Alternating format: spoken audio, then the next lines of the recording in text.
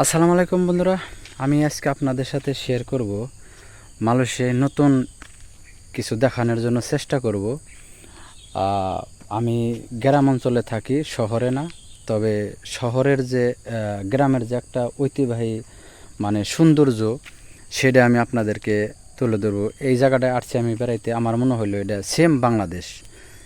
তাই অনেক ভাই আমরা অনেক বছর ধরে আসছি, বাংলাদেশের কোনো দৃশ্য দেখতে পারি না বা যাইতে পারি না কোনো কারণবশতই। আবার কেউ বাংলাদেশ থেকে জানতে চান বা কমেন্টে লেখেন, ভাই মালয়েশিয়ার একটা ভিডিও দিন গ্রাম অঞ্চলের থেকে বা রাস্তার পাশের কীরকম পরিবেশ।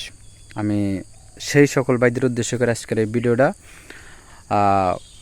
দেখাবো আপনাদেরকে। দেখেন কি সুন্দর একটা পরিবেশ, পাশে আপনার পাম বাগান, আর মাঝখানে রাস্তা, আর তার পাশের রাস্তার পাশে আপনার ফুল গাছ লাগিয়ে রাখছে। দেখেন কত সুন্দর ফুল। তবে আমি চিনতে পারি নাই, আপনারা দেখে যদি চিনতে পারেন অবশ্যই কমেন্ট করবেন আর কমেন্টে লিখবেন এটা ফুলের নামটা কি। তবে খুব সুন্দর একটা ফ্লেভার আপনার ফুলের মধ্যে, খুব সুন্দর গ্রান, আবার দেখতেও খুব সুন্দর। দেখেন,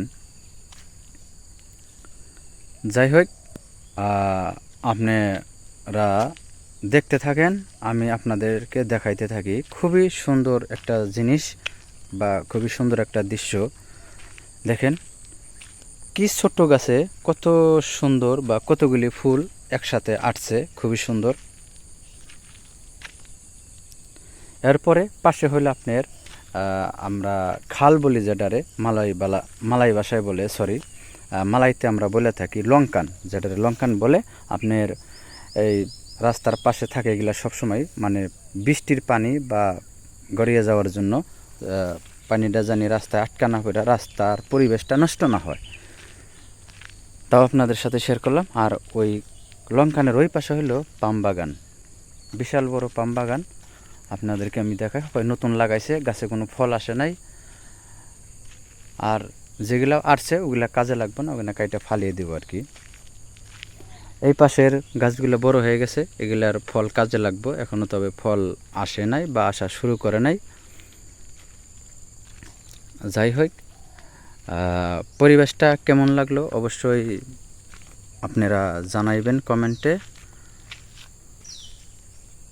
দেখেন কি ছোট্ট একটা গাছে কত সুন্দর ফুল কলি, পাতায় পাতায় ফুল ধরছে, দেখতে খুবই সুন্দর।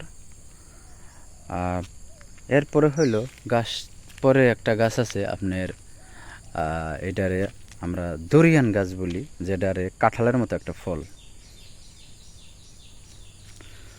এই রাস্তার পাশে বরাবরই আপনার ফুল গাছ লাগিয়ে রাখছে, খুব সুন্দর। আবার এই গাছগুলারে দেখেন কলপ দিছে, দেখছেন এই গাছগুলোর এই যে কলপ, ওই যে গাছের শিকড় বেরিয়েছে কলপের থেকে, তবে এই জায়গায় থেকে কাইটা এটিকে নিয়ে যায় আরেক জায়গায় লাগাইব আর কি।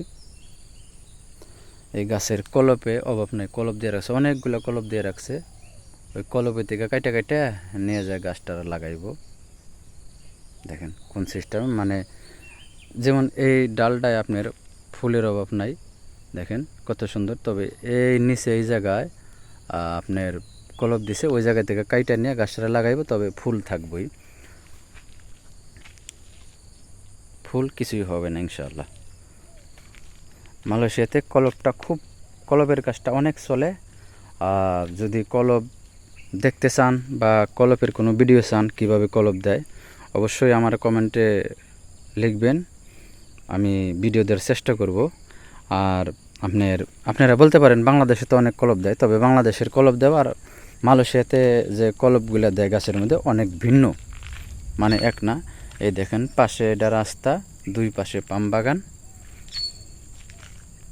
যাই হোক, আমি আপনাদেরকে দেখানোর চেষ্টা করব, আপনারা দেখতে থাকেন। ভিডিওটা একটু লং হইব, তবে তারপরও পরিবেশটা খুব ভালো দেখে আমি আপনাদের সাথে শেয়ার করলাম। অবশ্যই আপনার মতামতটা জানাইবেন। দেখেন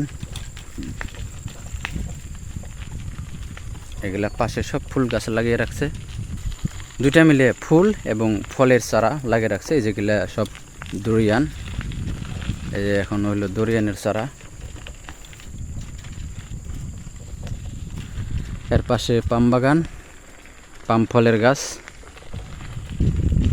বিশাল পাম বাগান।